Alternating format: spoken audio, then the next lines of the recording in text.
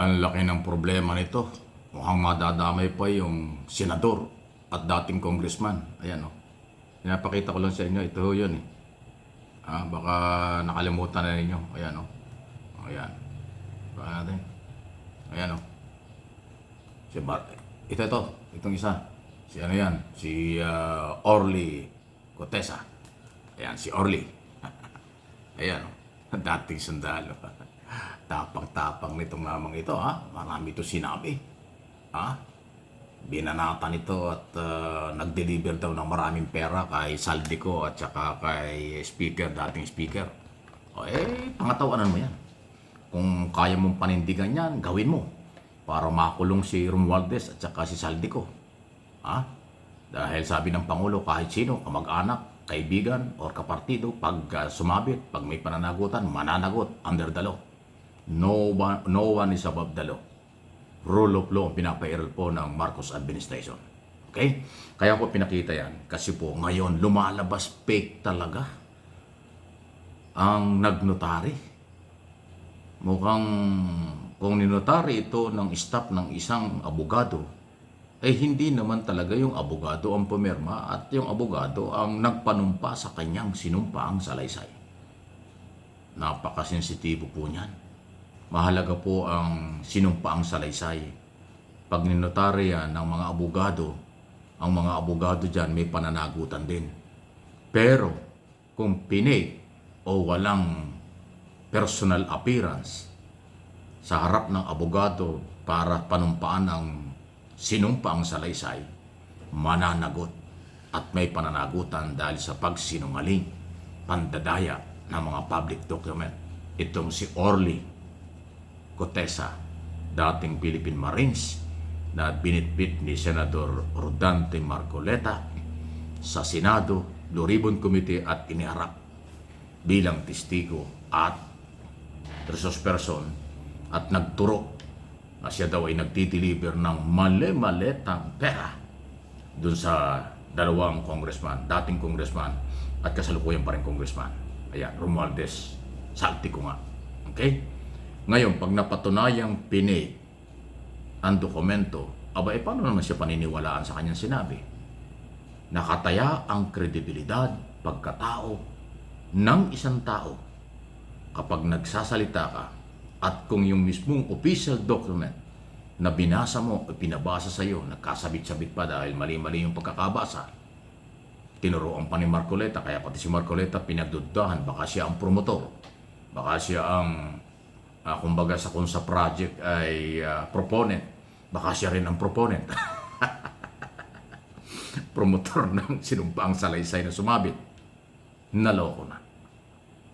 Alam mo, pag ang isang senador, kahit na sinong senador, lalo na kung abogado, ang ma-involve sa ganyang klaseng sistema, kayaya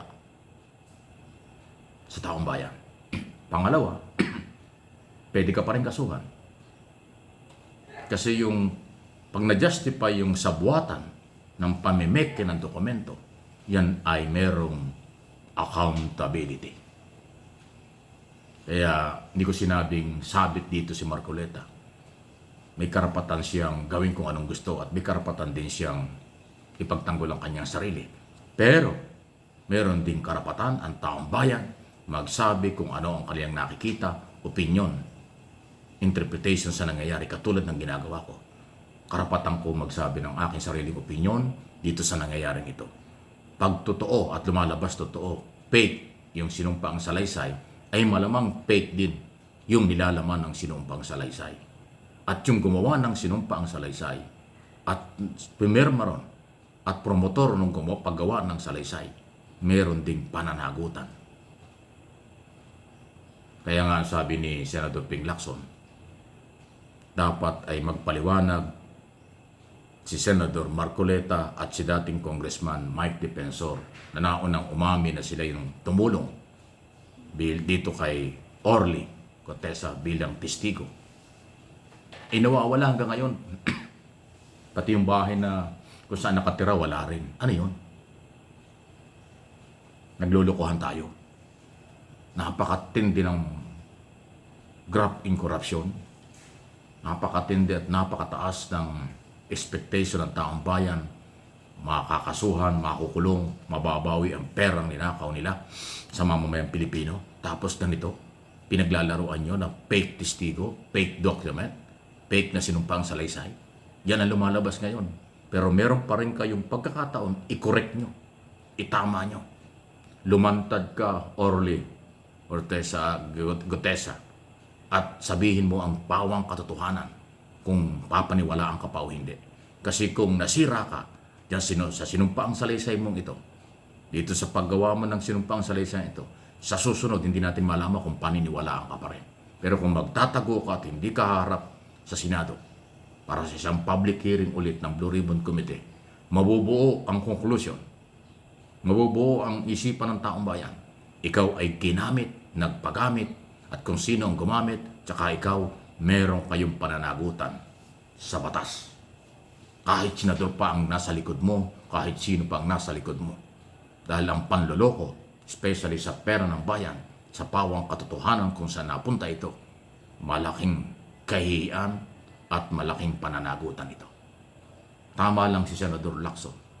Dapat ang mga taong nabanggit na posibleng nasa likod nito ay magpaliwanag. Kung yung magunita doon sa unang hearing, tinuturuan pa ni Senador Marcoleta kung paano basahin. Nagalit pa siya, bakit daw nagmamadali, bakit daw linalakdawan yung iba. So parang mas kabisado ni Marcoleta yung laman ng sinumpaang salaysay kaysa sa dun sa gumawa, kaysa sa dun sa pumirma o nakapirmang si Orly Gutesa. Alam mo kung siya mismo ang gumawa niyan at nagsasabi siya ng pawang katotohanan lang, kahit wala yung sinumpaang salaysay, may kukwento niya ng malinaw ang kanyang paniniwala at kanyang alam. At kahit papaikot-ikutin sa pagtatanong, lalabas pa rin kung ano ang totoo sa kanyang nalalaman. Pero kung tinuruan lang para basahin ang itinuro, magkakawindang-windang talaga. Di lalo na pagka-question and answer na. Sasabit at sasabit. Kaya kung sino man, maging aral po ito sa ating lahat. Kasi yun ang purpose lagi ng aking topic sa aking pagbablog. Okay? Yung magkaroon tayo ng magkaroon ng education o kaalaman, kadagdag kaalaman at warning sa mga tao.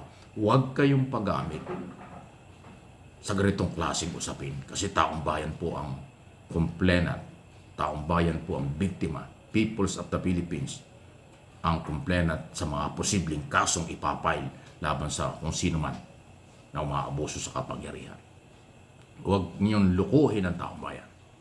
Hirap na nga ang mamamayan, pinagnakawa na nga ang taong bayan, nalunod at nasira ang bahay, nasira ang sakahan dahil sa pagbaha, tapos magpapagamit pa kayo, magpapalinlang kayo, nanlilinlang kayo ng mga tao, malaki ang inyong pananagutan. Kaya dapat sampulan ng Blue Ribbon Committee ang lahat ng mga nagsisinungaling at naninira ng mga tao ng walang sapat na basihan dito sa investigasyon ito. Kasuhan nyo, ipakulong kung kinakailangan. Dapat lang siguro